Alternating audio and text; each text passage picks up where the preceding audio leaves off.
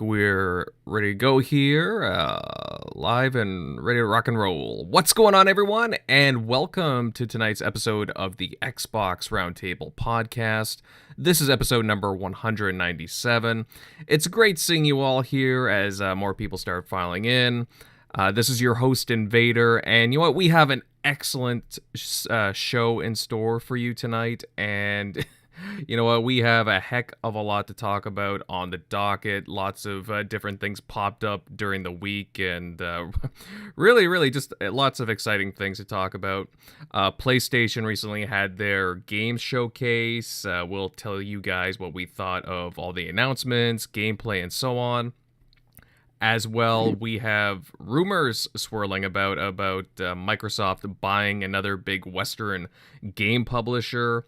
I mean, will we see another big September bombshell?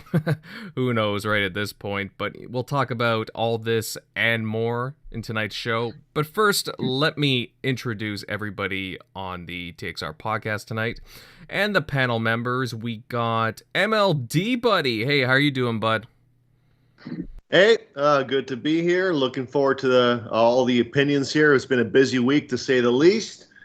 Let's see. Finally got around to finishing Assassin's Creed Odyssey. What a game. What a game. Now moving on to Psychonauts 2. I just started that. Very, very good game. Very good game. But, yeah, I mean, let's get right into this. I'm ready. Let's do this. Oh, I know you are. You're chopping at the bit, ready to get into all this stuff. Yeah. Let's see here. Moving on down the list. Tim Buddy, ready for all the game talk tonight? Yeah, as always, Sunday night. Been a fun day watching football all day, but it's always nice to talk some games, video games, Xbox. A big week. We have a lot to talk about, so happy to be here. I'm currently at my friend's house sitting, so I'm on phone via mobile. So I'm sorry about that, but I do want to be on the show, so just bear with us and or with me, and we'll have a good show. All right, guys. Well said, Tim. Moving on here. Shockley Buddy, how you doing?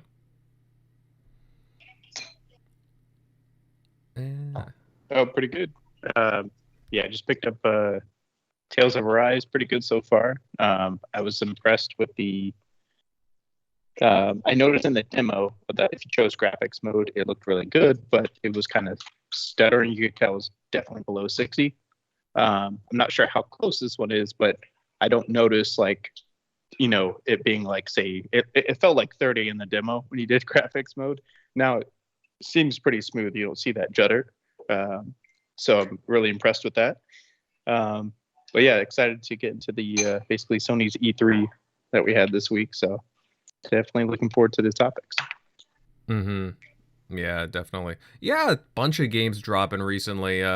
I was playing The Artful Escape a few days ago, and I gotta say, that game is blowing my expectations away. Really enjoying it. It's a different kind of game, like a rock opera meets video game. I don't know, just very, very into it.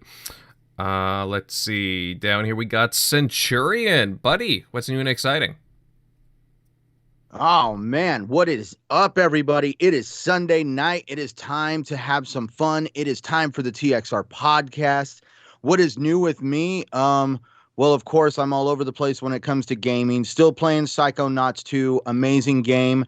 Had to stop for a second and check out the new Truth Quest DLC for Maneater. I thought it was really good fun. Felt like Godzilla, but in shark form. Also hooked up with an old friend of mine, playing some games with him. Me and him decided to check out the new Aliens game, Aliens Fireteam. Haven't gotten too far into it, but we're definitely happy with it so far.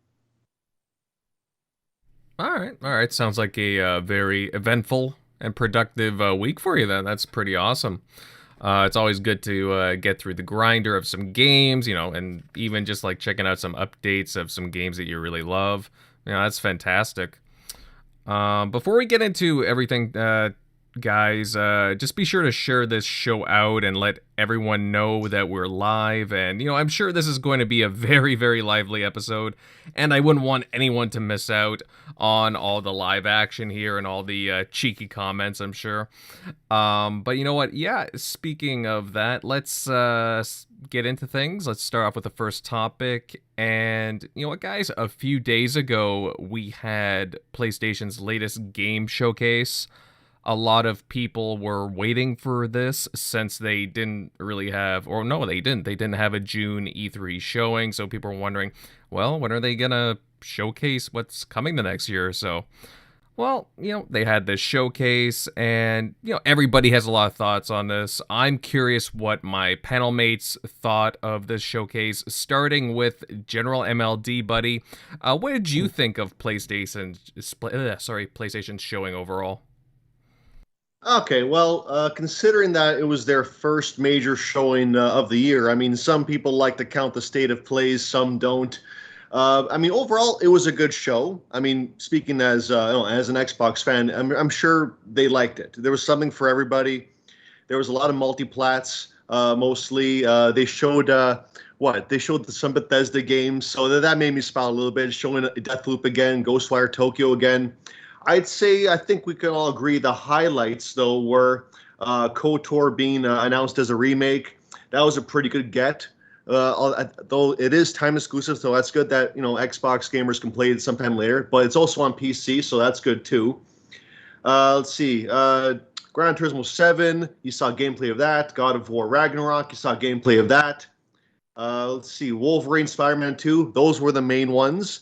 Like I'd say, as far as new AAA reveals go. So I'd say those were the big ones. And I'd say, let's break it down here. Xbox Z3, I'm just going to go through it here. We had Stalker 2 for our timed exclusive, and that's also day one Game Pass. You got Game Pass gets like Back 4 Blood, Hades, Plague Tale Requiem, Atomic Heart. Let's see, there was DLC for Sea of Thieves, Fallout 76, Elder Scrolls Online, Grounded. But the main draw of Xbox Z3, if I were to compare the two, because I'd say those were the two major conferences for each one this year. You had Starfield being announced only for Xbox. Now that's a big get. I think that even though we already knew about Starfield, that is a worthy announcement in of itself. Just because they now own it. You have Redfall, Outer Worlds 2, Contraband, Forza Horizon 5. So there were 5 AAA games announced for Xbox's E3. Like that's pretty sizable. Xbox production is it's starting to show. And then you look at PlayStation.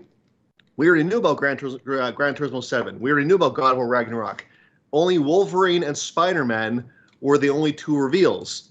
Now, while I'm sure those are very popular IPs from Disney and it's getting a lot of people hyped, I'm also seeing a little bit of a double standard here. Like those 2 trailers they were CGI only, no gameplay, years away. And yet they're losing their minds over it. But, we had us, with games like Avowed or Contraband or Outer Worlds 2 or Redfield or Starfield. And, apparently those games don't count. But it does for them. I don't get it. But but I think overall, though, it was a good show. But, I mean, even KOTOR, well, that also was a good get. I mean, we also got Xbox has no shortage of RPGs. I mean, we got Avowed, Fable, Starfield, Elder Scrolls 6 coming up, so we're pretty good. I mean, I could play those games in the meantime while waiting for that and see how that game turns out. But overall, Sony came to play. Like I'm sure locking down Wolverine wasn't cheap, so it's only going to push Xbox to do better. So that's the good news here. But silver lining, and after all this, I think. They're just not announcing as many new games as Xbox is. Xbox production is now really getting going now, and not even PlayStation can keep up. And I think that's just a sign of the generation, how this one is going to be completely different from last one. But overall, moral of the story, competition is good. This will only make Xbox push harder. So everyone wins, essentially. Mm-hmm. No, well said, MLD, well said. And I gotta say, I mean, I did enjoy, quite a few things that I did see in their presentation. I mean, again, you had Insomniac Games show off. I mean, they're really killing it, ever since they got acquired. Like, they were such a good buy for Sony, for PlayStation. You got Spider-Man 2, and yeah, a Wolverine announcement out of all things. Everybody's really curious about that. But again, that Wolverine is going to be way, way off. Spider-Man 2 is a couple of years away. There was, as you said, Knights of the Old Republic remake. I mean, we knew that was coming, but that was announced as a timed exclusive. I know that there are some people kind of worried about it because there was some chatter. I saw some stuff on Twitter and social media about like some of those people behind the team, just because some of them aren't exactly what you would call Star Wars fans there. So there was some talk about that, but otherwise, I mean, it was an okay show. Forspoken was showing off God of War gameplay, but then there was a sort of like a mixed reaction to that in some ways. I don't know. I'm really curious what everyone else on the panel has to say about it. Centurion, what did you think about Sony's showing overall? What did I think of Sony's showing overall? Well, let's just at least first say that we saw Sony do what they do best, and that's actually kind of nail some really great titles. Jim Ryan is definitely a swordsman with the pen. He knows how to score a good deal. He knows how to really cherry pick those exclusive titles that he wants to have, whether they're timed or permanently exclusive. But one thing I do want to at least point out, at least from a first party perspective on the Sony side, this is just for first party. I don't care what third party studios are creating for them. We're talking first party only here. There is no originality in you. Sorry, it is what it is. All you can work with are franchises that are already created, characters that are already in existence. You ditched a very good character in Drake and on the Uncharted series to go chase after Wolverine, an already established character. I could see why. I'm pretty sure there was some money involved. Disney is definitely looking to relaunch the X-Men franchise. I think it's going to be an amazing game. Hopefully they don't copy and paste some mechanics out of Spider-Man on top of Wolverine. I'm just wanting to say, though, let's just think about it. God of War, something they've already worked on. Wolverine, a character that already exists in a universe that already exists. Same with Spider-Man. I want to feel the titles that really leapt out at me were, like somebody mentioned, Forspoken. I mean, that game really has piqued my interests. If I'm correct, isn't it a timed exclusive right now? Yeah. 2 years. Yeah. 2 years. Yeah, I but think you it's never like know. a couple years off. But it could turn into Final Fantasy, where all of a sudden it's making Sony a lot of scratch, and now all of a sudden they're going to try to throw as much money at the situation to try to keep that game exclusive. I'm really looking forward to some of the games that are shown. I mean, even what Insomniac had to show, definitely looking forward to it. But also, we can see Sony's strategy is a completely left fork in the road from Xbox. And this is why I know we need a hero game. We need a hero game. If we're looking at it on paper, everything's on the table as a portfolio. Yeah, there's a gap over here on this side of the table that shows the hero game does not exist in the Xbox ecosystem. Do they need this? Probably not. But it would be a good fill to the portfolio. But Xbox does not live or die based on having franchises like this in the ecosystem.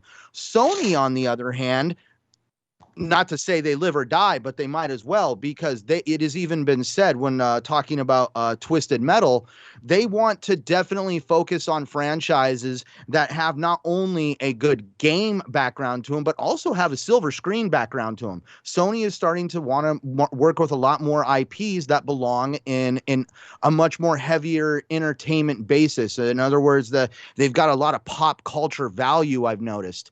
And that is where the two brands are definitely forking, where Xbox is like, we want games, whatever you want, whatever you can create. We don't want to interfere with the creative process. But meanwhile, Sony over here is like, hey, we want to be like the Hollywood of gaming. We want to create these blockbuster Michael Bay experiences that you guys melt your face off and drool over.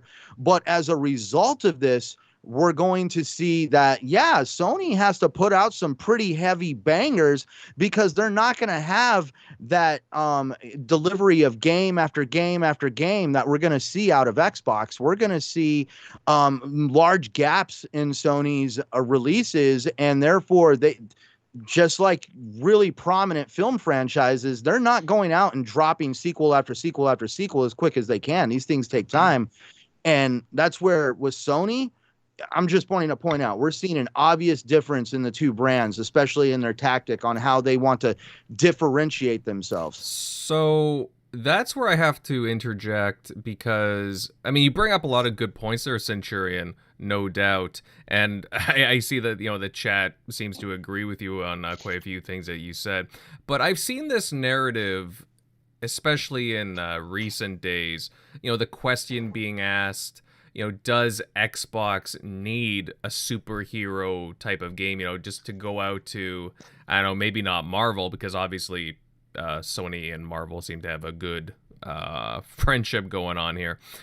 But, I've heard for the past few years even, Xbox should be aggressive and go out and maybe grab the Punisher, or again maybe a DC property like Batman and so on. And it's just like, well, I'll be honest, I don't know if that's the right way to do it per se, just to kind of copy what your competitor is doing. I kind of prefer them going out and doing their own things. But what does everybody on the panel have to say? Does Xbox need a superhero game of their own?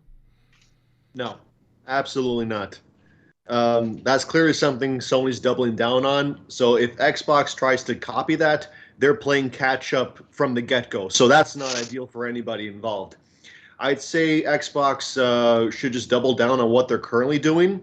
Like if their plan is to just flood Game Pass with as many first-party titles as possible and published deals, that is exactly what they should keep doing. So just keep buying more developers, make more big splashes with huge acquisitions, which I'm sure we'll talk about in a bit. That is what they should be doing. Keep up the exclusive content, and overall, those games will do the talking. Because in the end of the day, Sony, yeah, you guys nailed it. Like they're trying to do games based off of popular movies, popular pop culture icons. Yeah. Like that's just their strength. They're playing to that. So Xbox should play to their strength, which is making Game Pass Xbox have as many exclusive experiences as possible. And some IPs will be bigger than others. That just comes with the territory. But they should focus on getting big gaming IPs like Elder Scrolls or things like that, things that are big within the gaming entertainment sector. So Xbox is nothing to worry about. Just keep doing what they're doing. Well, here's the funny part. I have to laugh on everybody wanting it to be Marvel, Marvel, Marvel. The Marvel universe right now is in such a state of flux. Robert Downey Jr. has left. Dave Bautista has left. I could go on all the different actors that have left the MCU as we know it. How do you know what you're going to get from the MCU in a couple years from now? That's why I'm just really laughing at how everybody's like always hooked on the word Marvel, when I feel like Disney is actually in the process of changing the MCU very heavily right now. And I mean, like literally, it could be a complete 180 in the next couple years, and the MCU could look totally different. Mm-hmm.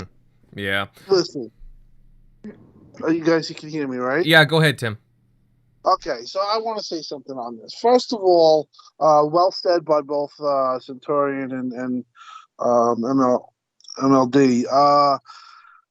Listen, the thing is that what I find funny is that I have these Xbox guys that are fanboys that, are very happy. And then when Sony has a show, it's like, oh, well, we have to do this and we have to do that and we have to get a superhero. And I don't want to be a fanboy anymore, all this type of stuff. And to me, it's silly. Listen, at the end of the day, they are both taking different strategies. Sony's strategy it's a smart one. It's a big blockbuster centered type strategy, which, listen, there's no problem with that. Wolverine's going to sell like hotcakes. Does Xbox need a superhero? Listen, it is something that they should definitely look into, in my opinion, but it's not something that they necessarily need. A lot of people were saying they need a new IP and they need, variety, and then Xbox did that, and now this is the next best thing. Now, as far as the show, Sony did a good job comparatively to Xbox's E3. It was definitely a lot smaller.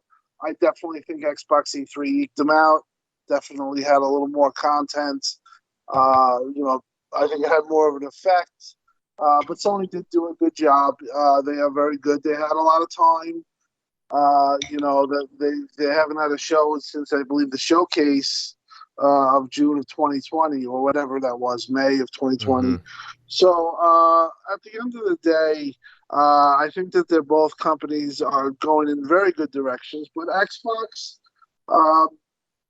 like MLD said, it has to just keep doing what they're doing. Their strategy is to push content, keep you engaged, and let the IPs keep flowing, and that's what they're going to keep doing. They're going to acquire a publisher or a developer. They're gonna push Game Pass. They're gonna have big games coming to Game Pass every 2 months, maybe every month.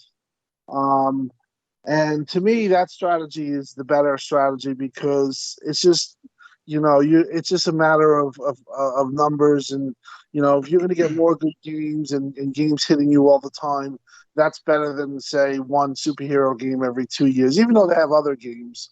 God of War, listen, we saw the thing about the reuse the mechanics.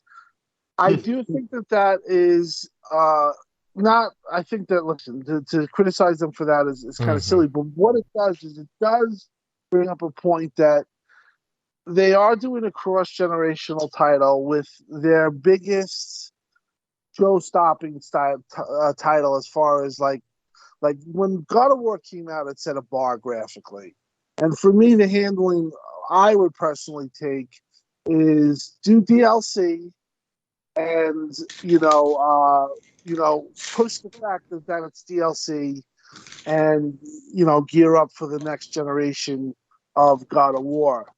Now what they're doing is they're kind of like taking it was they're saying it's not DLC, but they're taking a game that obviously they have built up and they reusing the engine. It's going to look good, but I don't think it's going to.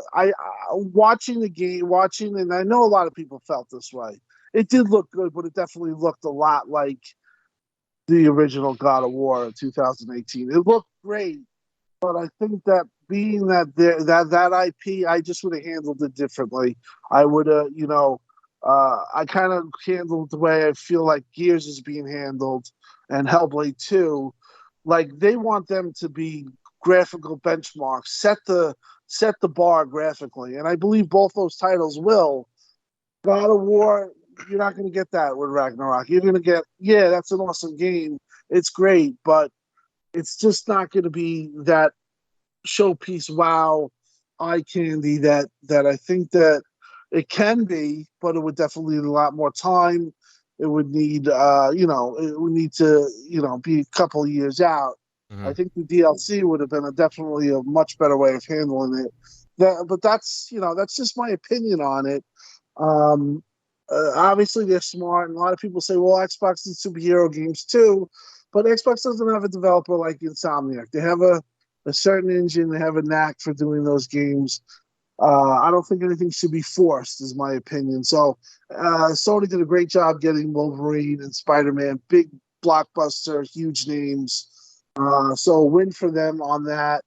But like I said, I think that the panel mostly saying, just keep doing what you're doing, Xbox, and everything will work itself out. I think that we're very excited about the path that they're going on. I don't think that they should have to force anything.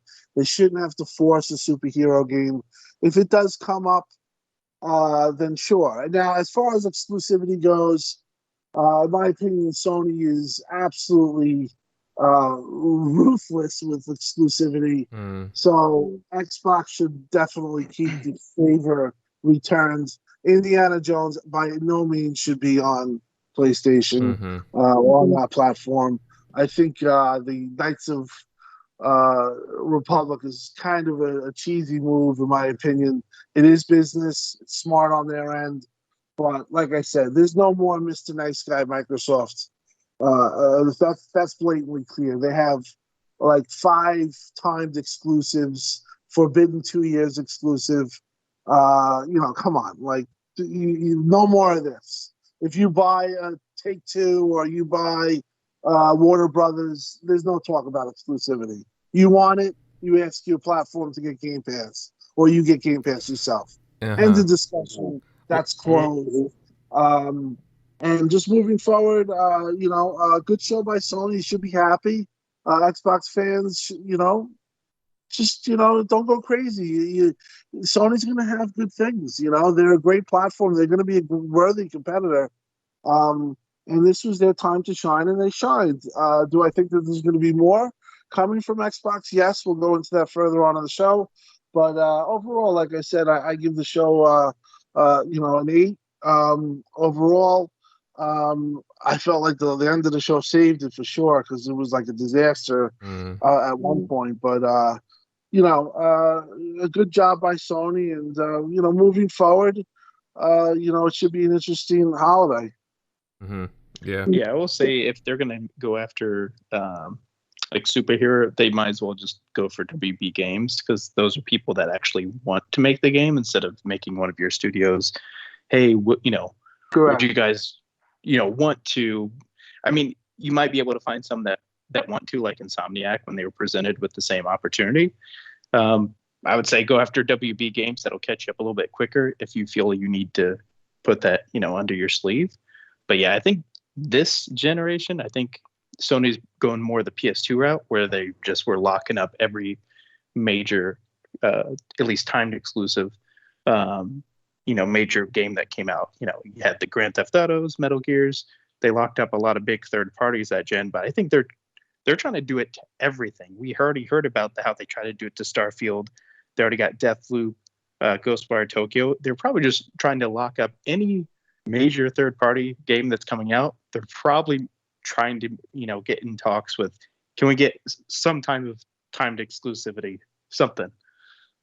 So it's going to be interesting, because and we already heard rumors about this last year about, hey, people are going to be, hey, if you think this is bad now about that Spider-Man exclusivity that we heard about, stuff like that, you're really going to be pissed when you start hearing about all these other ones. So we're starting to see a bunch of other ones. People shouldn't feel too bad, though. I mean, it's cool that KOTOR's coming. Still ways off. It'll be timed exclusive, as it's already indicated, console exclusive at launch, even though people are acting like they don't know what that means anymore. Pretty sure Xbox kind of like nailed it after abusing it 50 times. But people act like they don't know what it means. But yeah, I mean, each platform has their strengths. So I think it's great that they locked down Spider-Man, because guess what? What great Spider-Man games were we playing before that? Amazing Spider-Man 2? Yeah, no one bought that. Exactly. So, then the last, I guess, good Wolverine game was apparently Wolverine Origins, or X-Men Origins. But a lot of people didn't play it because the movie was terrible. But I'm hearing that one's pretty good, so I need to go back and check that one out. But it's great that that's happening, because guess what? No one else was even thinking about a Wolverine game, period. So it's kind of cool that they're, that's why, with what MLD said, that's why competition's good, because they're going to go out and branch out and make their own, exclusives. They're going to like, hey, do we have IP in our bag that someone, is, inspired to make, like Perfect Dark, or, whatever it is, like Killer Instinct. We found devs that were inspired and really passionate and wanted to make those. But overall, good show, at least with those highlights. But yeah, I mean, you shouldn't feel bad in any sense. You're gonna have a ton of timed exclusives on the Xbox side, as well as all of their. Remember, they have Bethesda. You're getting all these Bethesda games in Game Pass day one. When Starfield hits, it's gonna be huge. I'm excited for Redfall. I know people didn't like some of the grab. We'll get to that later, but overall, you have a ton of content. So each camp has their own. That's why I think this gen's going to be lining up to be one of the best ones since like the 6th gen when we had the GameCube and PS2. Because it seems like each one is firing in all cylinders and has a distinct avenue that they're going down, kind of like that 6th generation we had. So, but overall, pretty good. Mm-hmm. Yeah. I mean, as a multi-console owner myself, having the Xbox Series console, Xbox Series X, and PlayStation 5, I mean, I'm happy to see what Sony showed, but I do have my own personal critiques. I was expecting to see more from, or I should say my expectations were kind of shaken when I saw Gran Turismo 7. It has a release date. It's coming out, well, not too far away, March 4th. Yeah. But it just looks kind of meh, especially when you place it beside, like, the latest Forza game, Forza Horizon 5. It just, like, I know there are different types of racing games, but it's like you have this open world title versus this simulation, and it just, like, I don't know, it doesn't look as sharp. Like, what do you want me to say? Like, it's and it's online only. Campaign is always online. Isn't that funny? Don Matrick must have made this game. Invader, when I saw the Gran Turismo trailer, and please, when I say what I'm about to say, I'm not trying to toot my own horn. I like to think I do a good job when it comes to editing my own content, but I felt like I could have made the exact same damn trailer for Gran Turismo if I had access to the lackluster music and just all the clips they had. I felt like I could have built that trailer. And then you got that PS2 graphics of that map. Like, what was that? The menu screen? Like, oh, that was bad. How'd that make the final cut? Yeah. I mean, that didn't do the game any justice. I don't know whoever put that together. Like, oh, that's rough. Like, and again, I like racing games. I want to purchase this, but it kind of makes me hesitant. It makes me want to think, I'll just spend my money somewhere else, especially since they don't have their Game Pass equivalent where I can just try it out. It just, I don't know, that really threw me off. I mean, again, there's a lot of things that look good, but again, some of the stuff that was in their conference, well, they're owned by Xbox Studios now. Like, again, Deathloop, it's coming out in a couple of days. Eventually, we'll see that, on Xbox and within a year's time as well. Ghostwire Tokyo, I really enjoyed what I saw from it. I don't think we have a release date on that quite yet, if I'm not mistaken, but I really enjoyed the gameplay. It looks cool, looks fun, it looks freaky, and Tango Gameworks, they're a really, really talented studio, to say the least. Yeah, overall, I mean, I liked it, Sony's showing, but it just, I don't know, it's kind of, there was some hiccups. One thing I will say, though, guys, seeing the Alan Wake remaster there just feels kind of weird, since that was like an old Xbox property, I guess you could say. I don't know. Invader, you want to talk about weird and awkward? I'm not trying to be mean, but Jim Ryan is a really good businessman, but he has no business being in front of a camera. I felt like I was being talked to by a used car salesman. I'm pretty sure Sony has way better people that could deliver the message that Jim Ryan was delivering. I don't feel it from Jim Ryan when I see it. I question whether or not he even plays a PS5 in his spare time.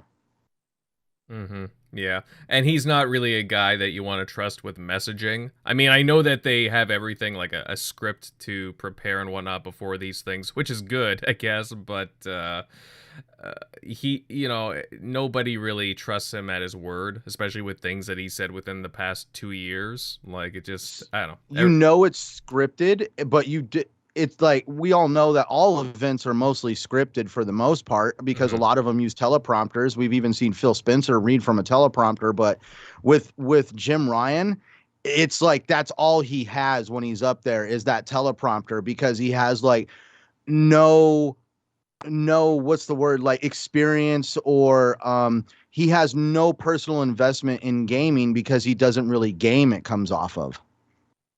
Mm-hmm. Yeah. No stage presence. Yeah. No, the guy's pretty lackluster in the stage presence department, as you said, MLD. I don't know that, and he just doesn't come off as even friendly as what some of the Xbox guys do. You know, not as chatty, whatnot, not as interactive, and I think that's what puts some off. But yeah, I think that's it. I don't like him. I just a feeling I get from him, but I agree. I think he just doesn't come off well like that. Yeah. And just to like round this whole PlayStation Showcase discussion off, I mean, there were some hints, guys. Sony had dropped some hints as to maybe what we can expect in the, I want to say future, maybe not. They had some like Easter eggs in their trailer, even just a, you know, that quick little intro video start off things. I was kind of confused what they were showing off there, to be honest. It was kind of weird. But they had like a Sly Cooper image. They, so who knows, maybe we could see one of their classic platformers come back. And then even recently in the news, I dropped this in the DM, apparently there's rumors of Twisted Metal making a comeback. I mean, hey, I'm a huge Twisted Metal fan. That would be really awesome to see it come back in some form. But I think they're, you know, with, you know, since Xbox has been making all these moves the past few years, I think they're really going to be gearing to put all kinds of content out in the next few years. And that's where, you know, I agree with what you guys were saying just a few minutes ago. Content is key. Competition is key to this. And I think we're going to see a very special generation here of gaming where all these publishers, all these console makers are going to be firing on all cylinders. I mean, we'll see what happens with Nintendo. They kind of do their own thing. But Xbox and PlayStation, they're going to be very, very, very on each other. But sure. Yeah, I keep getting the question, when is Xbox going to fire back? And my answer to this is that their next 3 months is strictly to push what they have coming to Game Pass, which is obviously huge. They have Forza and they have Halo. I do think that they're going to have a really strong presence at Game Awards. I think that they eye Game Awards as a place where they get pretty much the eyes on it equivalent to E3. The show is hugely, watched, and I think you're going to have like a really big show. As far as acquisitions, I could see acquisitions coming the following year. What usually happens is every year, January, they set their year going forward and they have their meetings. mm-hmm. So basically, that's where I think that you know, in their budget, I think that they're going to get, you know, we talk about like matching they're going to have some counter punches for sure. And my thing is that you really, at this point, you know, lines are drawn in the sand. If Xbox does acquire a Warner Brothers, or they do acquire let's crazy enough a Take-Two, which I really can't see happening, but let's just say that they did. They're well within their rights with what Sony's business model has been. I mean, they've locked away a ton of time exclusives, and they've kept a lot of things off the Xbox platform. So obviously, Xbox has to protect its own platform, and they don't have to be the nice guys because they are not the market leader, and they're not the ones timing every freaking game. Yes, they have timed exclusives, but not to the extent Sony is, not even close. So Xbox is well within their rights to make whatever they want exclusive. If they want to buy Warner Brothers and they want to get Batman and Rocksteady do that and they just want it on Xbox and PC, you know what? And Game Pass, there's more than enough places that people can play. I don't want to hear complaining because Sony has done what they've done. If Xbox didn't get Bethesda, they didn't get these studios, we wouldn't even be talking about Xbox, because Xbox would be probably at this point just 4 studios and basically a third party and dead.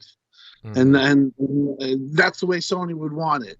So I do think that Phil, and I do think that the company has realized that this is for the taking, and I do feel like there's going to be a push. Now, people laugh at me when they say I made a big deal about Satya wearing a Halo Infinite shirt, but the thing is that just shows you that your CEO is backed. And he's all ready to go. And if you listen to his words, he says, we want to be the leader in gaming. If you want to be a leader in gaming and you're a $2 trillion CEO, guess what? You buy Warner Brothers. And you know what? You don't battle an eyelash. At this point, they are well within their rights to buy whoever they want. And you know what? And keep it on Xbox only. Thank God they didn't go with the multi-plat route with Starfield and the rest of the things. It's obviously showing content is king, and they have a platform that they can push and grow the way they want to grow it. The only way to get there, though, is to get games. And like I said, there's going to be acquisitions. There's going to be some firing back. It's just not going to happen tomorrow. That's what people want. I want an answer. No, it's going to happen 3 months, 6 months, maybe even a year from now. They announce Warner Brothers. The fact is that they're actively looking to make gaming the number one place for gaming is Microsoft, and I believe that they're going to do it because they have the backing of a $2 trillion CEO. And when he talks and when he says he's behind things. You know what? This is if they really want to take things over, they want to be number one. It's not that hard.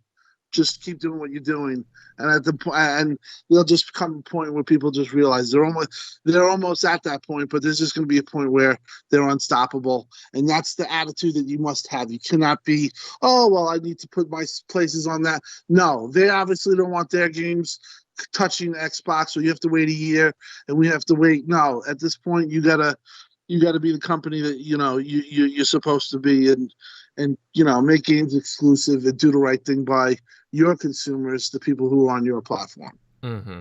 No, well said, Tim. Well said. I'll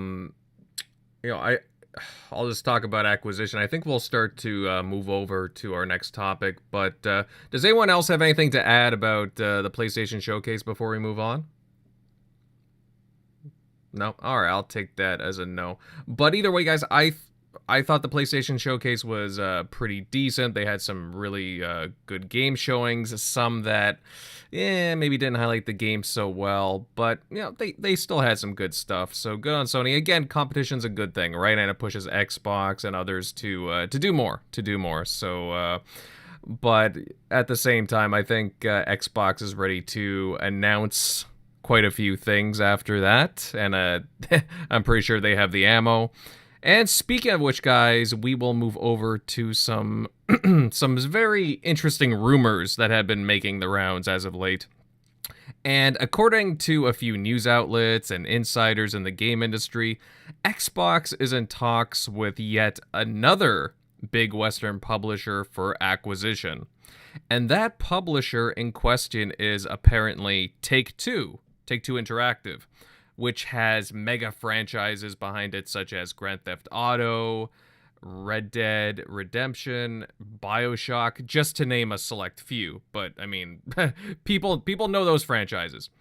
And I have to say, I'm really curious what everyone here thinks on this matter. Tim, I know you got a lot of things to say about this. What's your thoughts on this? Do you think that Microsoft would be interested in buying Take-Two? 100%, and I'm pretty sure that they've probably looked at it and they've discussed it.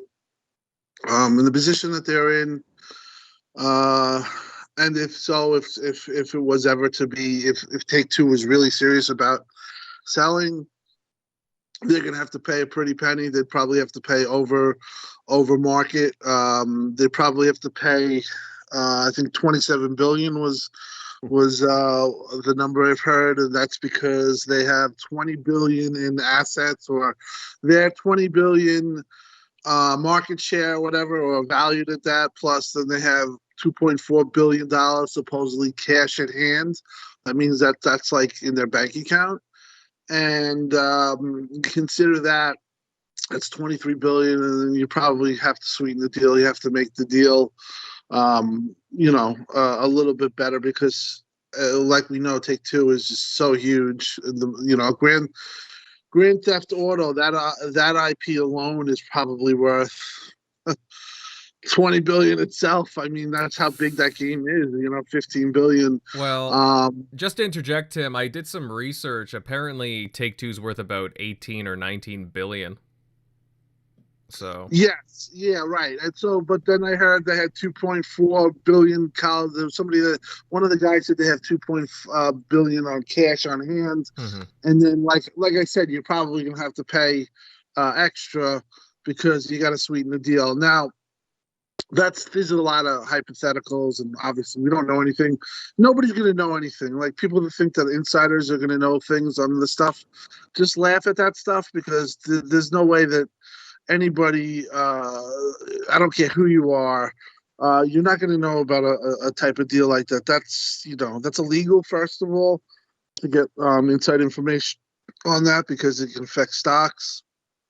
But overall, nobody's going to know about it. I'm just talking in what I would do if I were in their position, if I'm in their place of, position of power. I'm looking at the CEO who's done very big deals for LinkedIn and other deals that have been 25 billion. They obviously have the money on hand. This isn't something that they can't do. Listen, they had Bethesda deal. If we said Bethesda deal beforehand, everyone would have laughed. So the fact of the matter is you have to take Xbox seriously. You have to say it is something that could happen, because they've done things that people said that would never ever happen. So you can't count them out. But obviously, what I see happening is them basically talking to everyone, and then possibly you might get a lot of hype for this deal, and then something else breaks, like a Warner Brothers deal or a part of Warner Brothers Arcane Studios, NetherRealm and Rocksteady deal. They want. I know that they want more studios. I know that they think that from what I've heard and the rumors aren't true that they were unhappy with Matt Booty. They are happy with him. The fact is that if they did pick up another 5 studios, or if it was a publisher, the publisher would probably handle themselves like the way that Bethesda is doing. With Take-Two, it would probably be the same exact thing. With Warner Brothers, it might be a little bit different. I don't know. The fact is, though, this talk, like I said, is 3 years ago it's laughable, and you can't even approach it. But you have to really consider all the signs that you're seeing. Know the money that Microsoft has, and let's be honest, if they did something like a Warner Brothers or a Take-Two, that's a closer. That's a deal where, then you can close down the acquisitions. You got 30 studios, and you have blockbuster content. And believe me, if they got something like that exclusive, they would be number one, at least in the United States, the number one market, and they would definitely shift a lot of other markets. That's the reality of the situation. Do I see something like that happen realistically? No, but I do feel like something will happen, like a Warner Brothers, maybe something lesser to agree, maybe the Stalker dev, a Sobo, and the Arc dev, like 3 of them, like announced next year. But yeah, I do expect them to keep going this route, and in the meantime, they're being like super robust. I keep saying this, that they're hiring devs, and their organic growth. Once joked around by I think Jim Ryan said that, but the organic growth of Xbox for the studios is absolutely insane from what I'm hearing. Bethesda's growing, Obsidian's growing, talks of splitting, teams up, doing multiple things. Everyone's growing, Compulsion's growing, you name it, they're growing. They're in Exile. crazy and super really good talent. Mm-hmm. It's going to be a fun time. Like this generation for Xbox and even other platforms, but I think Xbox solely most because they're the one with the most money. They're the most serious, I think, and that's when I'm saying they're the most serious. That's all you need to say because they got the most money, and you have to consider stuff and talk about stuff like that, even if it's far fetched. Because when Bethesda deal happened, it changed everything. Mm-hmm. Yeah, actually, funny enough, Tim, it's already September 12th. Like 2 weeks from now would be like the 1 year anniversary of the ZeniMax announcement from Xbox. And damn, I mean, just thinking about it now, that's still, like you said, that's still reverberating around the industry. Like it's just still very, a shocking buy on its own. So, I mean, if they were to get Take-Two, that would just be game over, really. When you talk about the IP and the amount of studios that are under Take-Two's belt, it's really mind-boggling. And again, you think of the IP that they got: GTA, Red Dead, Max Payne, again, all those like Rockstar IP, BioShock, Mafia, XCOM, even the sports titles like 2K and the PGA Tour, I think, or I don't know, something PGA anyways, but there's a few different sports titles under their belt and so on. It would, I don't know, I think it would help them in address a lot of areas that they could still it'd be game over. Like you said, it would be game over. What you would have to deal with would it be get passed, and you would get a lot of people going crazy. You would definitely get the same people that are cheering for exclusivity of Final Fantasy and all that other stuff would be crying and writing letters to the president or whatever, doing whatever it takes to block this deal. They would not want to see it happen. Mm-hmm. Yeah. I don't know what do you guys think on the rest of you guys on the panel think, like, General MLD? I mean, again, we saw this huge buyout last year that, again, we're still kind of feeling here, like, and again, people just still can't believe what happened there. I don't know, how would you feel about Take-Two being acquired? Do you think that like Microsoft would approach them or go after them?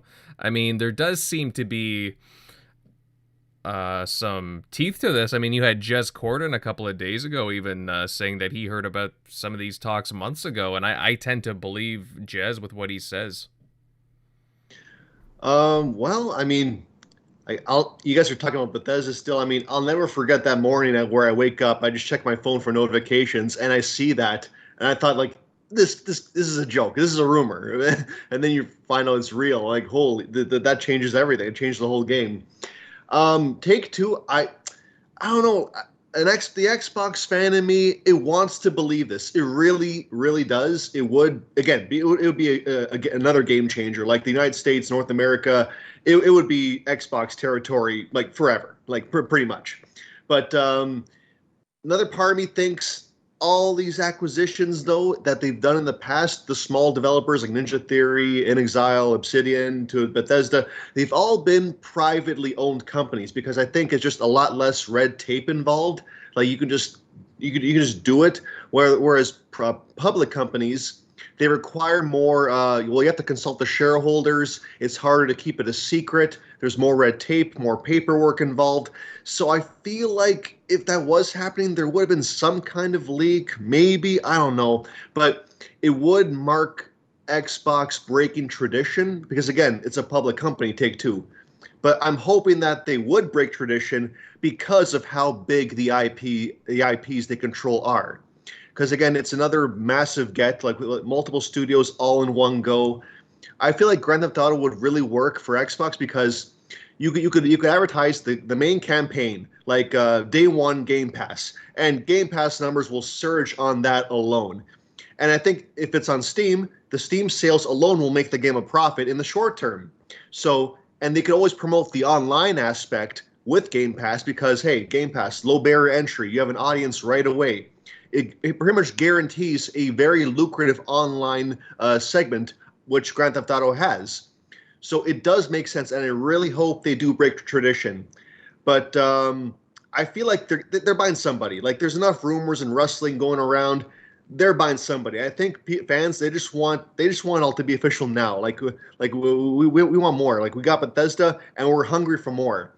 But alas, these deals take time, and I get that. Personally, my personal favorite is still Sega. I still think they should. I still think that they're talking with Valve at the very least to get Game Pass on Steam or integrated with Steam. Those are my own two personal wish lists. But hey, again, I really hope Take-Two is true. The fan in me wants it to be true. So that's my take. Yeah. It's it's still a lot to, again, nothing's official here, but just even the talks alone, I'll admit I did not suspect Take-Two to be a part of this. I thought that, like yourself, maybe they would have gone, like, we'd hear something about a like an Eastern publisher possibly to address some shortfalls in their lineup there, but obviously they're talking to everybody and anybody. Like, again, we've heard talk across Europe and across different studios have been open that Xbox is just talking to everybody about acquisition and IP and so on.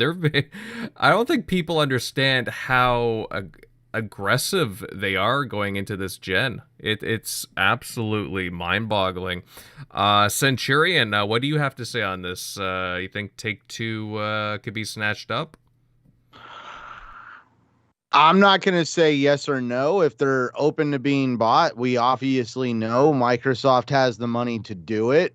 It would be an amazing deal. Like Tim Dog said, it would probably be, over after that. And I mean, like, not like, oh, the game is won. I mean, like, Microsoft, that'd be a very massive purchase. But also, I don't know. I think, God, what is the biggest purchase Microsoft bought? Isn't it like LinkedIn? LinkedIn was pretty pricey, right? They were about what? Yeah, well, LinkedIn was type 25 billion. I think that I think this LinkedIn's like top one or two, but yeah, it's around 30 billion.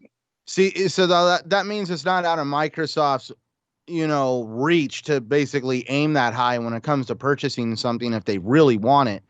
So, but yeah, like Tim Dog said, like Microsoft would have an asinine amount of studios the minute they made that purchase. They would have Grand Theft Auto. They would literally be in the minds of every single person who owns a game console on the PlayStation or Xbox side, at least, or PC even, because I mean, that's a hell of a lot of mind share to say that you own Grand Theft Auto.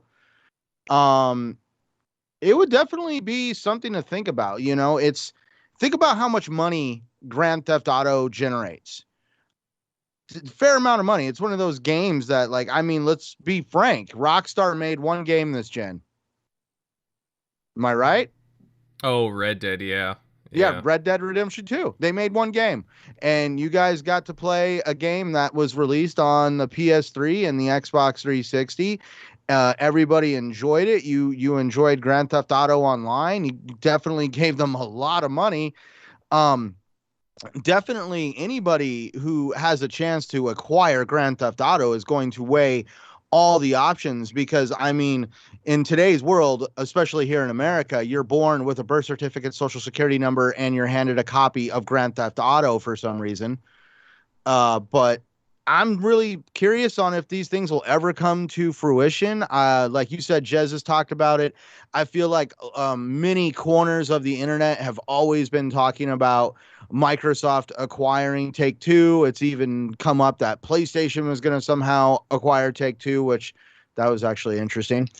But back onto the Xbox side, I'm really, I'm not one of these people that live or die on what companies Xbox is investing in. I know Xbox has their feelers out, and when they come across something that fits what they are trying to do, Xbox will obviously acquire them. We've already seen Xbox starting to make other acquisitions out, that pertain to gaming, but they're not exactly studios, but that's another subject. Definitely Xbox Just has look their at feelers Discord. out. Huh? Not to interrupt you, the great Centurion, but No, you're fine. look at Discord. They try to buy them, and Discord probably played them a little to get their stock market up or whatever, to get their stock price for their IPO or for whatever they were doing. But Discord, they offer 12 billion. 10 to 12 billion for Discord. You're telling me when they're willing to do something like that if something like a Take-Two would come available, oh my God. Like, it's really exciting to be an Xbox fan and to be in this camp right now because you know that they're going to do something.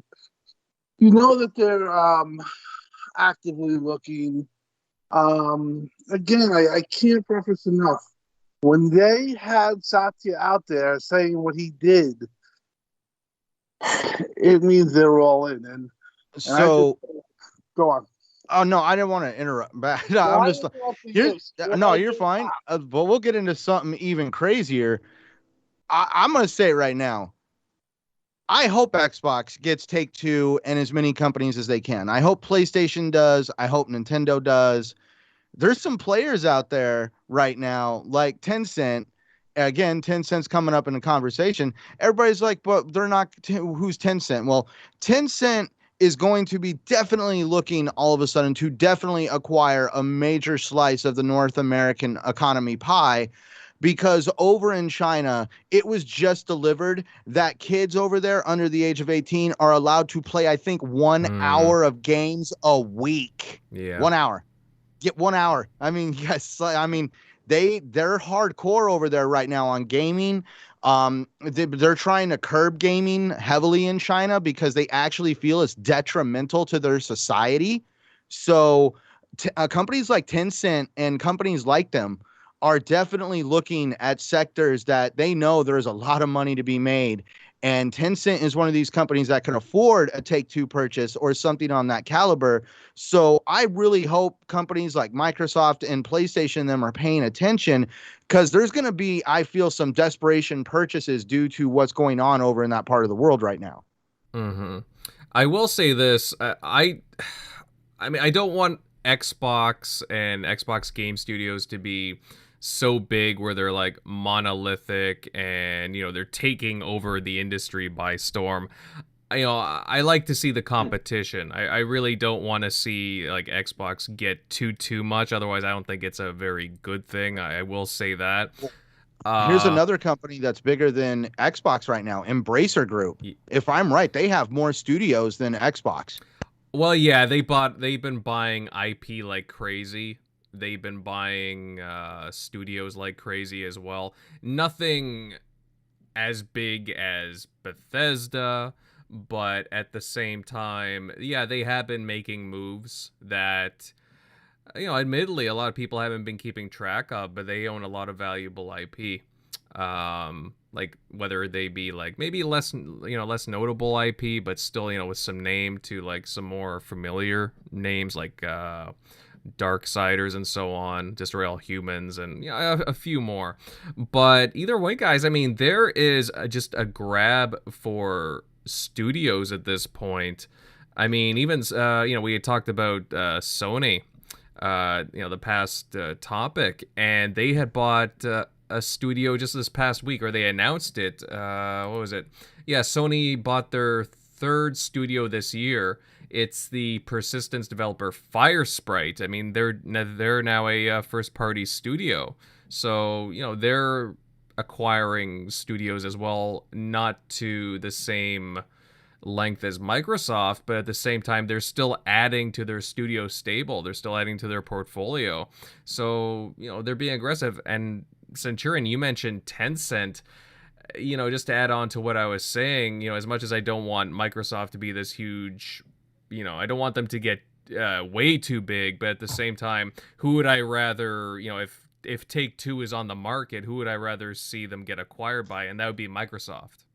So, because I'd rather not have Tencent dip its tentacles into anything.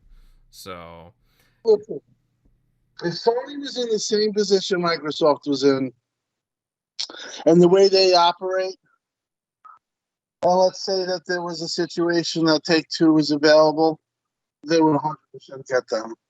And they would 100% make it exclusive. And Centurion brought up a great point. I do think it's an hour a day is the limit, but, whatever it is, it's the unlimited gaming over there in China. I am 100% right. Tencent would be the worst thing ever to get these studios, because they don't care about, and there's no feedback. There's no way to get them back. Like, a company like Tencent can just do what they want. They could be as grimy as they want, and I think that they will. So, yeah, I don't want them. If it was them or Microsoft, yeah, you even if you hated Microsoft, you definitely would want to have Tencent no part of the video game business. Mm-hmm. Yeah, well said, Tim. Shock Buddy, you've been a little quiet listening in here. What's your take on all this whole Take-Two like buyout talk? Do you think Microsoft would go for it? Maybe. I mean, it might be. I don't know. I still think it's kind of like far-fetched, but just because the recent talks of them like being or going into Game Pass, of like them kind of talking down from, I think it was like their CEO or one of their producers. But I mean, money talks and bullshit walks. So everybody has a number. So and we've seen Microsoft spend how much did they do on LinkedIn again? Like something ridiculous. It must have been like 10 to 12 billion, something like that, if not more, maybe 15. Yeah, I mean, it could. Yeah, I mean, if they want, because they know like where Sony is, and they know how. That's a huge chunk of Sony's like revenue too, if you think about it, of like selling like all those Take-Two games. It's like when Fortnite, when you saw them their software take a hit, like Xbox and PlayStation, because Fortnite dipped, it affected their whole bottom line. So that'd be taking a huge chunk out of Sony's, pocket and their gaming revenue. So, I mean, I guess it's kind of a win-win, and you're not going to lose much because you're still going to get PC cloud. You're still reaching a large base. So people are still going to play those games. They're not going to stop playing Grand Theft Auto. Now, I see if they did the sports, NBA would probably do what MLB did, and it'd be kind of like the show. It'd be like their version of the show where they're making a sports game for PlayStation. But yeah. Yeah, I mean, again, we're just talking. Again, guys, this is the rumor mill, but there does seem to be a bit of bite to it just because of some of the sources that are coming out and being like, oh yeah, now we can talk about it now that it's out there. Even before these recent articles coming out about it, even going back a couple of months ago, there were some old articles talking about Xbox acquiring Take-Two. Now, could it be that, maybe it's not an acquisition, maybe it's about making exclusivity deals similar to what Sony's been doing, maybe it's about Game Pass deals, you never know. And even so, like, again, you were talking about how, like, some people, at Take-Two were kind of dismissing Game Pass, and it's like, well, again, some of these guys may not even know, what's going on behind the scenes, because I remember the ZeniMax deal, the majority of the studios that got bought weren't even aware until the messages went out and the tweets went out and the social media about the buy. So, again, a lot of these people would be the last ones to know, just like we are. But either way, it's hard to know what's going on there. I think Take-Two would be a monster acquisition. I mean, we're talking about well over 20 studios here from the looks of it. In a way, it'd be perfect for Game Pass. You're talking about mass content. And like Tim was saying, Satya is all in on gaming. Like he wants to be aggressive like crazy. So that's why I am not counting this out. I mean, sure, we've heard about Warner Brothers. I mean, there's some other publishers out there that I'm sure for the right price would be bought no problem. Take-Two, again, it's just a very interesting situation here. But again, it's something for us to keep our eyes and ears peeled on. I have a feeling that Microsoft is going to make another big splash sometime in the near future. And again, from the ZeniMax deal, like, we're still feeling the vibrations, the earth-shattering news that it was. And I can only imagine what this would cause. Oh, man. The salt will flow. But yeah, guys, do you guys have anything else to add on to this before we move on? No. Yeah. I got a small thought here. Just that you were saying before how, like, you don't want Microsoft to get so big where it's just, like, not even fair anymore. Mm-hmm. I like to think of it as leveling the playing field, because no matter how good Xbox gets, in, say, like, competition-wise, value-wise, they'll always be lacking in, say, mainland Europe and Asia overall. I feel like they need another big play just so they can really be like truly taken seriously on a global level. Mm-hmm. So I think, yeah, in order to gain some kind of equilibrium, they gotta make some kind of bigger, like another big splash, I think. Mm-hmm. That's all. Yeah. Oh no, that's a fair comment, MLD. Like, again, I make that comment, but I understand they need to cover themselves. They need the content to put out there for sure. And yeah, I totally understand what you're saying. It's just, I don't know, I just don't want them to be a monopoly on the market. That's just all I'm saying. But I do, I'm not complaining about them being aggressive. Okay. Listen, I'm getting DMs saying, why isn't he that way, this and that. Listen, I agree with what you're saying. You just don't, you want to have fair competition. You want fair marketplace. You don't want something to be, Mm-hmm. you want it to be fair. And that's, I completely understand that. But my counterpoint is that I just feel Sony is just the type of company that, and they've shown this, they don't care about anybody but their company, their bottom line. They're cutthroat. And for me, that's just like, listen, am I going to be honest? I'm annoyed that they timed exclusive KOTOR. I mean, Mm-hmm. that's just annoying to me. Like, if you're going to do that and it's business and it's a smart move, I just feel like, though, that all things like Indiana Jones, don't even talk to Xbox, or don't even ask me or whoever, is that exclusive? The answer is yes. It's exclusive. There's no feeling bad for anyone else, whether it's Peter Hines saying that or whatever. I don't ever get that empathy for Xbox. Where's Peter Hines now with this? Where's Peter Hines now with Xbox getting short sticked with Final Fantasy?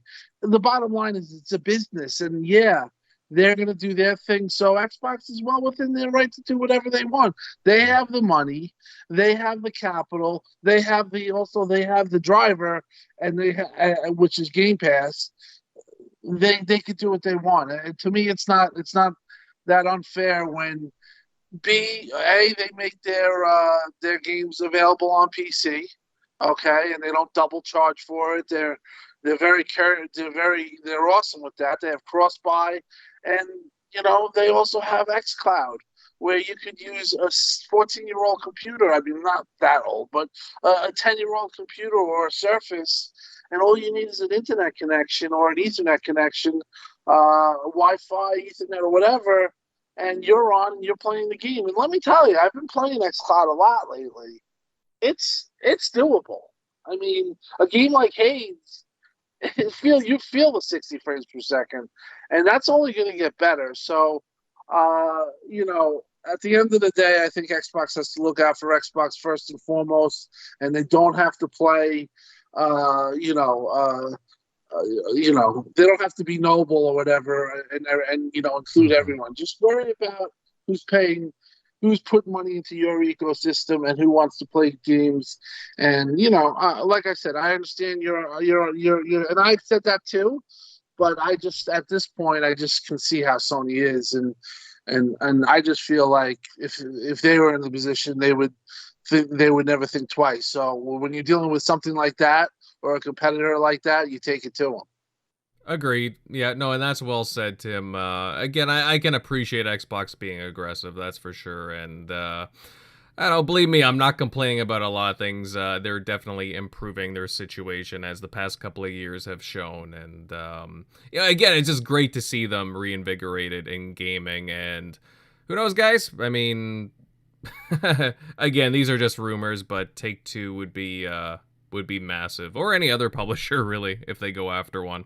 But I think on that note, we'll move on to some other things. And with all this rumored acquisition talk, why don't we talk about the one that actually happened this past week? Microsoft bought ClipChamp. It's an in-browser video editor. You can create professional videos, promos, and the like, and share them out across social media. This is an interesting purchase because something like this can, it's suited for, a number of things, especially in Microsoft's ecosystem. And I've seen Xbox fans very curious if something like this will come to the Xbox ecosystem at some point. Centurion Bud, what do you think about this ClipChamp acquisition buyout?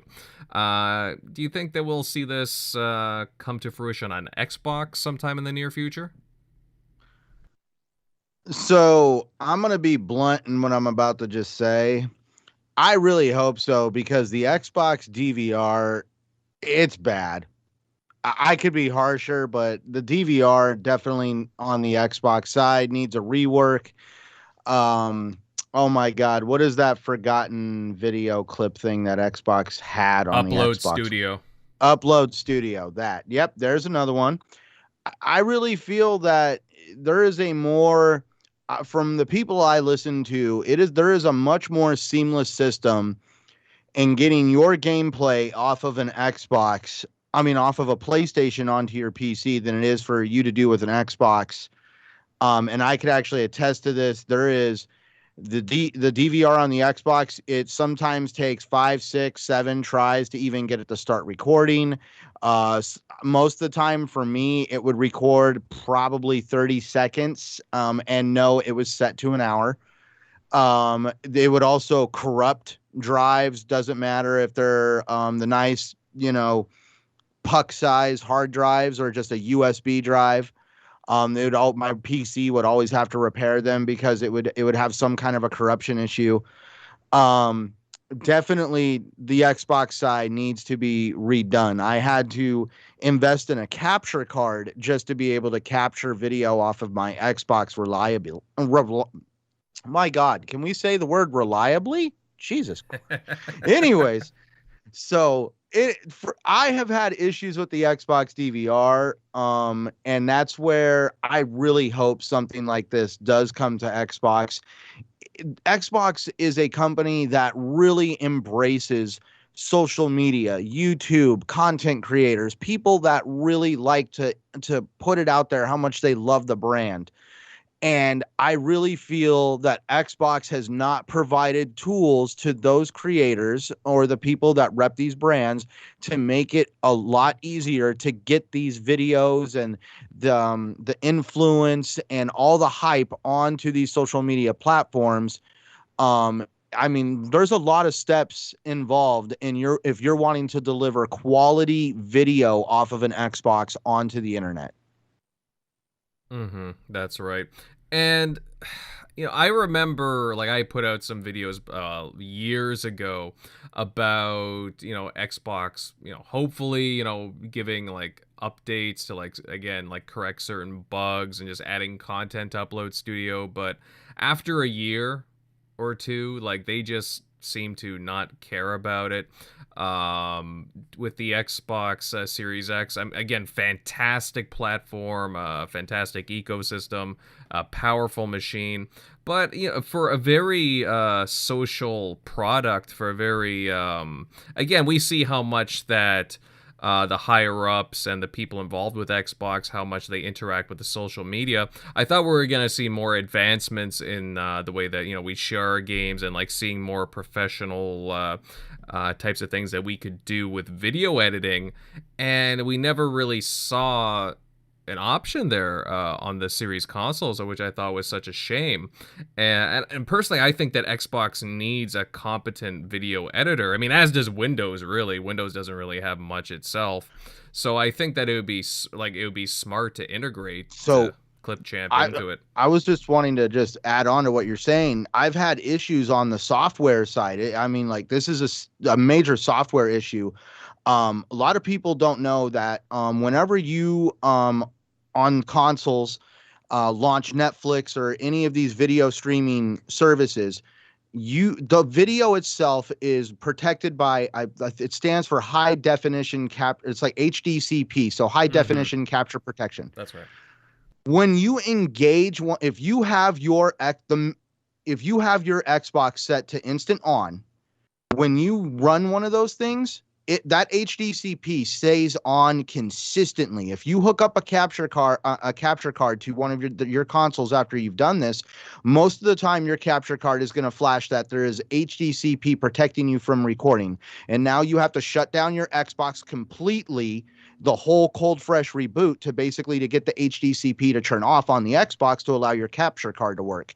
So now I don't even download Netflix, YouTube, or any video streaming service at all to my Series X, so I don't have to worry about that. I won't even watch movies on it. Everything that I do on my entertainment side for my Xbox is either on the Xbox One X or it's through a Roku. I don't even put anything on the Series X anymore, just because I don't want to deal with the HDCP bug. I mean, that's what I'm calling it, because it basically stays on and it will not turn off, and it has infuriated me. And this is just one of the small, minute things I have discovered about the Xbox DVR. Mm-hmm. Yeah, I mean, early on when I first started doing my content creation, I was using Upload Studio just because of it was really convenient, but there was so many bugs with it. They did update it a little bit with some options, but then they just never continued to add to it. And it really, really just fell out of place. It was just really unfortunate. I thought it was a really good idea. Again, it was competing with PlayStation's Share Factory, which PlayStation continues to support. But man, it's it's just such a shame that we never saw anything iterated on the Xbox Series consoles. Now, with ClipChamp being acquired, again, I mean, personally, I could see them doing a lot with this. They could, just across the spectrum of Microsoft's suite of different services. I mean, I could see a scenario where Microsoft would include this in a subscription.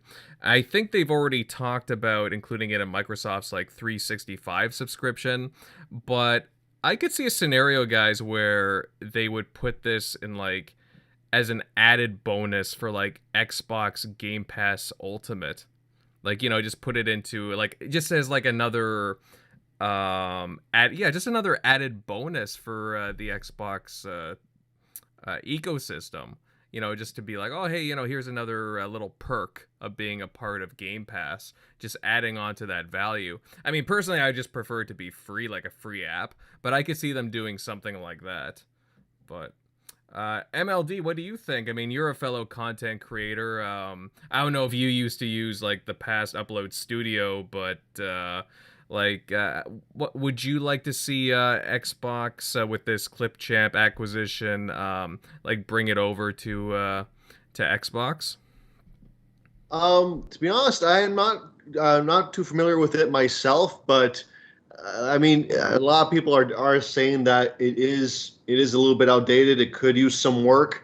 So I am hoping that this addresses that issue, and they just they clean it up. They make it just Xbox. They're all about fixing all the narratives. They're actually like really doing a really good job of listening to the community's complaints and constructive criticisms. And if this just like crosses another thing off the list, like if that's just one more thing that Xbox does better, then I think that's just again like these guys are doing the best they've ever done. I'd say these guys are easily going to eclipse like the 360 gen. Like these guys are really looking at what everyone wants and they're actually doing it. So yeah, I mean, I hope they integrate this. They put these guys to work right away because making your fans happy. Yeah, that's what it's all about. Mm-hmm. Yeah, I mean, I can't imagine that this was a very expensive purchase. I haven't seen any details on the actual monetary value of this, but it seems to be an up and coming, like again, in browser video editing tool, and I did some research on it, and it seems pretty cool. I can understand why Microsoft would want to purchase this team, and I would really love to see them bring this just across the Microsoft ecosystem, the Xbox ecosystem. Shockley, buddy, I don't know if you have played around with the editing tools in the past, again on the Xbox One, but well, what do you think of this acquisition? Do you think that this will help like Xbox, like content creators? Would you like to see this on the console and Windows going forward? Yeah, I mean, definitely their upload studio, or just like whenever you try to do it in general, like any DVR, it's a pain. Versus like when you're on PlayStation, it's super easy. Trim it, do everything, and then just upload it quickly to Twitter or whatever you want to upload it to. Yeah, it's still baffling how they haven't like addressed that because they've done everything else. That's awesome. Like as far as from a functionality standpoint, they're wiping the floor with PlayStation's UI. PlayStation's UI is cool in the sense that, hey, it looks new and next gen, but like functionality wise, they took away your folders and some other things. Whereas just the functionality, what you can do with customizing your UI on Xbox and everything, that's like the one thing that's holding it back. So yeah, they definitely need to address it. I mean, it's still amazing how they still haven't, because people that keep shouting about it, like you hear it like every day on Twitter, someone like complaining about it. So I don't know, but yeah, it's definitely their major issue that needs to be addressed out of everything on the UI. So I'm not sure what's holding them back, but hopefully something like that would help. So. Mm-hmm. Yeah, it just seems like a glaring omission. I understand that they can't get to everything that they ideally want to put in day one on the console, but I thought that would have been their day one though. If I'm to be 100% honest, like I thought they would have came out with something. Again, Xbox is very social. You would think it'd be bigger, because I know when the Xbox One first dropped out, or first released, the whole record that thing. Like you would just say it to connect and it would just record that clip. Like you'd hear it all the time when you're playing with people, not obviously anymore, but you'd always hear somebody saying record that, or whatever it was, Xbox record that. So they're already made it kind of like a focal point. And then I think they just kind of like dropped it halfway. They're like, oh, we're getting rid of the Kinect. Okay, cool. Forget all the other stuff we're doing. And then now they've just kind of like, hey, we've added the share button, and you can just kind of upload it from your phone, and there you go. We added a share button. And then they just left it again. So. Mm-hmm. Yeah, that's the thing, right? I do remember Jason Ronald saying that they were going to handle it in a tweet, but what probably happened was this happened, and they're going to handle it now. Mm-hmm. Yeah, actually, we got to get Ronald on the show at some point. I'd actually love to discuss those kinds of details with them at some point. All right, get on that. Like again, guys, I know that this is like a smaller kind of announcement, but I do think that this will have effects for Xbox and the Xbox ecosystem going forward. So, seeing them make this kind of move, it makes a lot of sense for Microsoft, and it can just benefit their whole ecosystem as a whole. So I'll just be curious to see what gets implemented maybe in like a year's time or so. I'm again very curious moves here with this ClipChamp acquisition. But again, I think it's a smart strategy, and they're addressing things that that they still need to get to. But on that note, guys, I think we will move on to our last topic. And gentlemen, yesterday we saw leaks galore with regards to the Xbox vampire game Redfall. It got announced a few months back, but we haven't yet seen gameplay for it, actual in-game gameplay. And then yesterday, or well, maybe it was a few days ago, a bunch of early development builds and screenshots started popping up along with an info dump. Now, I'd love to know what everyone on the panel thinks of these leaks. And I'll start off with you, Shockley. Bud, what do you think of these leaks? Do they get you excited for the game? Oh, definitely. Especially from Arcane's pedigree. But from what I'm hearing about it, just kind of the whole looter shooter, kind of like Borderlands style game, open world, so you can just kind of play it solo, kind of like in Borderlands, you can do your own, or it sounds like it's not going to have just fill in AI partners. So you would only have apparently partners if someone actually joins you, so you just have kind of your solo story. But overall, the look of it and the things I'm hearing about it sound really cool. So I think they'll do a good job. And it's something different from them. It definitely looks like you can play in third person, but it looked like I did see some screenshots also showed first person, so maybe you can go back and forth. But the people taking the screenshots out of context and being look at this game, it's the new Craig. That's how a lot of games look, a year, month, almost 9 months out. That's one of the last things they do when they're adding polishing the game. And we don't even know how old this build is, so this may have been pre-alpha footage from months back, so you're possibly looking at a year before release footage. So that's the last things that they're doing at the end of that is adding all the textures and doing all that. Plus, if you've ever played any of the Gears of War betas, I think it was either Gears Ultimate or maybe it was Gears 4 online beta, and I was man, these graphics look like trash. I was just I hope this isn't the final game. But then when they released, okay, everything looked fine. So to judge it this early out is just kind of ridiculous. It's just kind of people just taking whatever they can just to troll people. But other than that, I'm definitely excited for it. And it's Arcane, so people that give the same benefit of the doubt for Insomniac, hey, we get hyped for Wolverine because we even though it's a CGI trailer, we know what Insomniac can do. Well, we know Arcane's pedigree as well, so they don't miss. Yeah.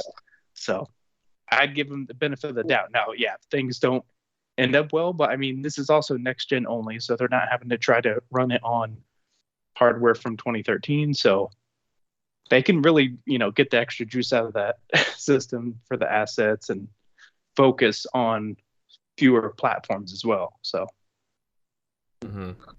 well said. I think I've been arguing, well, not arguing, but I remember when the Gears beta, and that was a beta, multiplayer came out, and even Destin Legary was wow, this looks rough. And I remember even playing it. I was actually playing it with Phil, and we were talking about it, and Phil's he's this game will look drastically different from now till the time that it releases. And sure enough, you talk from when that multiplayer to like I even posted on Twitter to when it close to came out, it was night and day.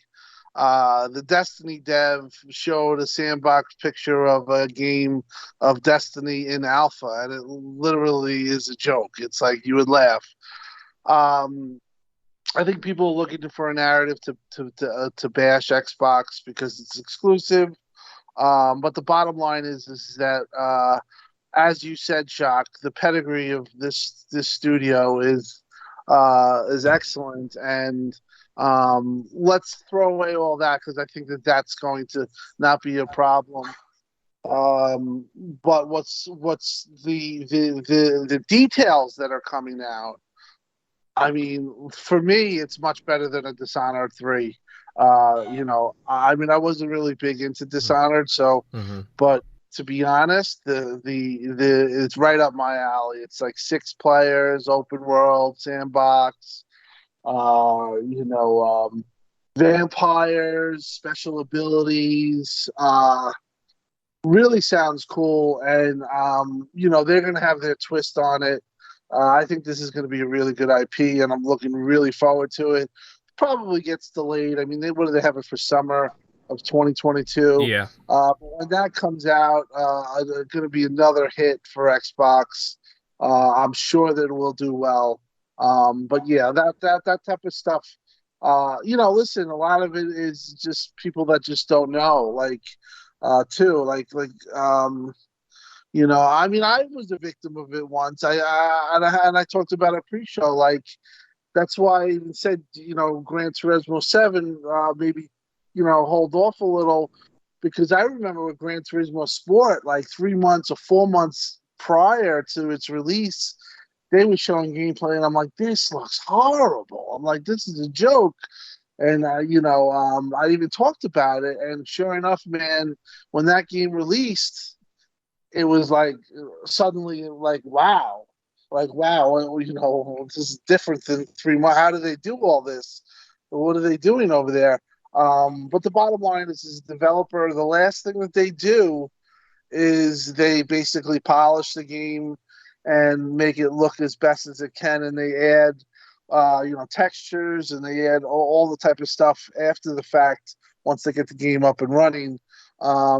So yeah, like with all this stuff, you have to give the developers a chance to show their final product when it's their final product, and we really shouldn't be going out there making fun of developers 8 months, even 3 months out of their game, and just overall. Just keep that in mind. We're all victims of it. Our eyes say what they say, but sometimes you gotta look into it. Know that the developer, know that they have a history of being really good, and really look into the details of what they're saying, because the details. I posted it. There's like 20 of them. Really cool. Like right up my alley. Excited for it, and. Anytime you have games with vampires, for me, it's really cool.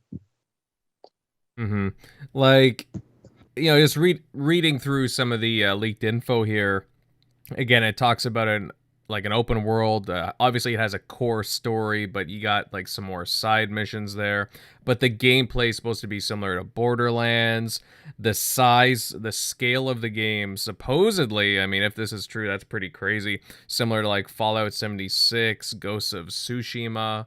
So, I mean, I wasn't expecting this large of a game, but that's pretty cool when you're talking about to have an entire whole town to go through and just kick vampire ass and whatnot with a group of co-op partners. That's really cool. I mean, apparently you can play by yourself or with a group of friends. I think it's up to 4 or 5 other people. But it's not going to work like Left 4 Dead. Like Left 4 Dead, you had AI partners, and apparently, according to this info, there's no AI partners, so I mean, you're either gonna go it alone or have a few buddies with you. But otherwise, I mean, I'm hearing like some things about Breath of the Wild as well. Some similarities there. Just like, different like exploring. You can go off and like just go do other things. And, guys, I'm just kind of curious, like, when we're going to see some, like, official gameplay for it at some point.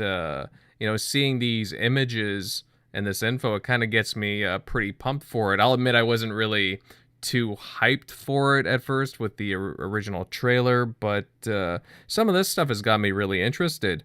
Do you think we'll see it, like, gameplay? I don't know, are they having, like, an XO event coming up soon? I can't remember. Nothing's announced so far. No. Yeah. I don't think they're gonna have it. I think the Game Awards. But go on, Ghost. I mean, I'll just give my thoughts on this thing. I mean, I'm happy this thing leaked out. I really am, because when it was first announced, I mean, we didn't really know what it was going to be like. To be honest, I was pretty indifferent. I mean, sure, it's a AAA game from Arcane, but I assumed it was just like a strictly co-op based looter shooter, like say like Outriders or something. So, but now that they're saying that it's equally playable as single player, it's in first person if you want to play in first person, because I would prefer first person to third person. So that was also a big thing for me. Open world game design, Borderlands feel.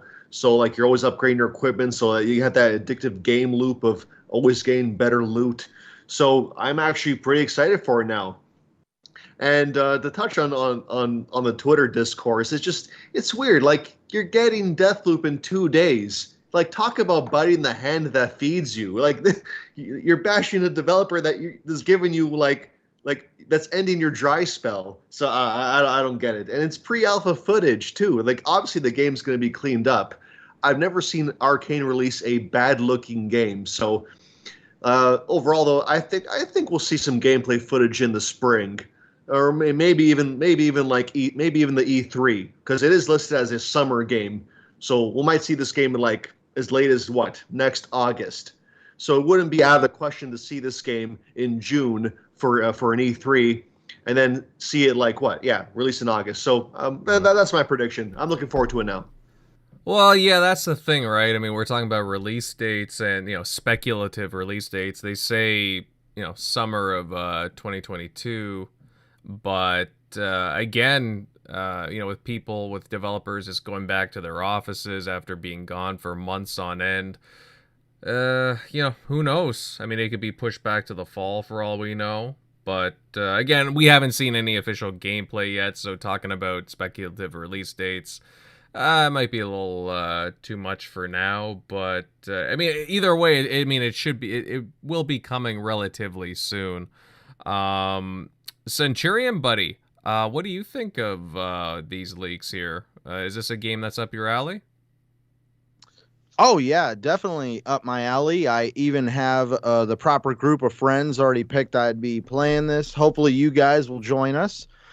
I mean, dude, the ability to join in a multiplayer game that has been compared to Borderlands with Breath of the Wild. I mean, there's a comparison, but I am excited. The concept has me excited. I thought it was going to be totally different. I said it yesterday on the Shop podcast.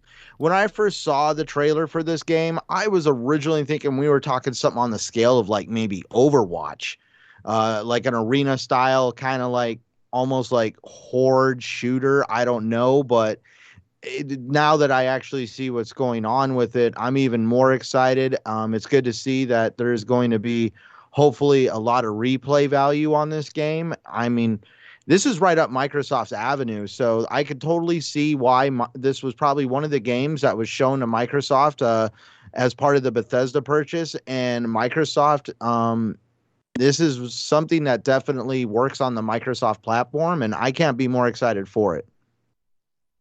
Mm-hmm. Well, that's good to hear. I mean, it sounds like overall we're all excited for Redfall one way or another. Again, I'll admit I wasn't like too excited at first. I was kind of worried, but it looks cool. It does look cool from what I've been seeing here. And there, in the leaks they talk about different customizations and it seems like there's different classes as well. You get like 5 or 6 different classes to choose from, or different characters. I don't know. I'm very curious to see gameplay for it soon. It looks like a pretty cool game. Let's see here in the chat. Oh, we have Adjuratas Henosis with the $4 super chat. Great work, dudes, and he gives us the thumbs up. Thanks, buddy. I see you've been active in the chat. It's very much appreciated. We all appreciate the support every one of you gives us, and we appreciate the super chat there. Guys, any other comments on these Redfall leaks before we move on? No, other than just like MLD said, like I'm excited for it, and 2023 overall. I mean, 2022 is overall is going to have Starfield, this, Forza, and I think another game. That's pretty nice, man. Pretty nice to have 3 or 4 AAAs, and then I think then the drums will be beating for 2023 for massive throwdown of games. So yeah, really exciting time for Xbox fans, and we got Forza Horizon in 2 months, and then Halo to close out the year. Yeah, it's good stuff, man. I'm excited. Then also some of the indie exclusives too. The Gunk comes out in December as well. Scorn is supposed to be dropping sometime in the fall. Yeah. So there's other games. Stalker. Crossfire X, yeah. Crossfire, Stalker. Timed exclusives we're talking about. I think Stalker. I mean, to be honest, I think there's a chance Xbox buys that studio, depending on how well that game does. If it's a big hit right from the start, I could see Xbox purchasing them, simply because they're also overseas. And that game, man, I mean, wow, like that's an independent developer. That's like the most impressive game other than Hellblade I think I've seen from an independent developer. Their studio, they're from Poland, right? Ukraine. So, I am extremely impressed with that game. Like, I was watching the E3 presentation, and because me and Dealer had talked about it, and he was like, "Just go watch that again." And I'm like watching, I'm like, damn. So, yeah, they got a real winner with that one. And that's another big exclusive, timed exclusive. But again, it's day one on Game Pass, so that's even more than a time exclusive. This Game Pass, let me tell you, is just absolutely a killer. Yeah, no, it does look cool. I was in talks with somebody from the studio to come on, but just because of the time difference, it's kind of crazy to line up. But I would love to talk to somebody from there to talk about Stalker 2, because it is on one of my top games to play list. Like, I'm really, really looking forward to it. And again, like, I mean, Tim, you talk about acquisitions, like, and that studio, it would make sense too, because again, that game, the original Stalker, was very popular on the PC back in the day, and there's a lot of PC guys who are looking forward to this title as well. And I know that Xbox wants to cover all bases with the games, whether it be on console, PC, and so on. It's all about the ecosystem. That would be a very strong game to have. So no doubt in my mind that they would be talking. But yeah, guys, I think on that note, we'll start to close things off for tonight's show. And I gotta say, there was a lot said tonight on the various topics. Overall, just a very good discussion about things, whether it be about Sony's showcase, various acquisition rumors with regards to Take-Two, ClipChamp, these Redfall leaks, and all the other little things that we covered. But I hope everyone tuning in tonight had a good time listening in. And if you did, then certainly consider dropping a like and subbing to the channel just to keep up to date on all of the shows and all things TXR. And with all that said, let's get to the show outros, starting off with our very own Tim Dog. Buddy, excellent show tonight. I love the commentary. Where can everybody find you at? You can find me on Twitter, xCloudTimDog, also on Xbox, xCloudTimDog. Find me every Sunday night here, 9 p.m. Eastern Standard Time. I also do the RDX podcast, which is 8 p.m. on Tuesday Eastern Standard Time. It's been a pleasure. Panel was great. Once again, appreciate you guys in the chat and everyone who comes out. Quickly, what I've been playing Psychonauts, trying to finish that. I've been house sitting, so I haven't been able to play. Well, I haven't. I played on the OLED, and I'm like, I'm not playing this on the phone because it's too good. But I actually started Hades on the phone with Game Pass with xCloud. That game is seriously addictive. If you guys haven't tried that game, and you either want to play it on, it's a great game for mobile. If you like it, I bought another Kishi. Like I said, the game's crazy addictive, and it's really cool. So I'd recommend you guys look at that, and I'll see you next Sunday. It's a great show, and hopefully we get some news maybe this week. Xbox has been very quiet. Maybe we get some roadmap of what they have planned for the rest of the year, XO, if they're going to do that, or if they're going to go all in on the Game Awards. Mm-hmm. Well said, Tim. Well said. Moving on down the list, Eric Shockley, buddy. Hey, loved your insight tonight, pal. As always, always very thoughtful. Where can everybody in the chat, everybody listening in, where can they find you? Yeah, as always, you can find me at ShockNero on Twitter, Easy Shock on Xbox Live. But yeah, great show tonight, and yeah, looking forward to getting into more of the. Anybody else finish 12 minutes? I still haven't got a chance to go and finish it. But I haven't finished it. I think MLD got to it though. Okay. Well, which Psychonauts 2? Oh no, I haven't even started Psychonauts 2. That's the only bad thing in. I wouldn't say it's a bad thing, but the only bad thing with Game Pass is just like it floods my backlog. Like that's the only thing I need to get better at. And it's like managing not jumping from game to game because it's like, oh wait, Tales of Rise is about to come out, and I knew I wanted to play that day one, and it's like I didn't finish Scarlet Nexus, I didn't finish Nier Replicant. And then you have Game Pass just throwing more games at you. So that's, it's not a bad thing, but it like starts messing with some of your gaming habits. So, but can't complain. Yeah, I gotta finish 12 minutes as well, or at least get to a couple of the endings. But like you said, just so many games hitting you week after week. Let's see, Centurion Pal. Hey, great show tonight. Again, some really well said points. Where can everybody follow you at, bud? Yes, amazing show, gentlemen. Definitely thank you for conversating once again with me. I enjoy coming here every Sunday night and having these conversations. Thank you to everybody out in the chat. For those interested in finding me, please find me at Centurion1307 on YouTube, Xbox Live, and of course, Twitter. You can find me every Saturday night on the Shop Podcast, and you can also find me every Sunday night right here on the TXR Podcast. All right. Yeah. Good show listed off there as well, Shop. And let's see, MLD, buddy. Hey, I loved your stuff tonight, as always. What can I say? Where can everybody follow you at, my friend? Thank you. Twitter is at MLD Ghost. YouTube channel is General MLD.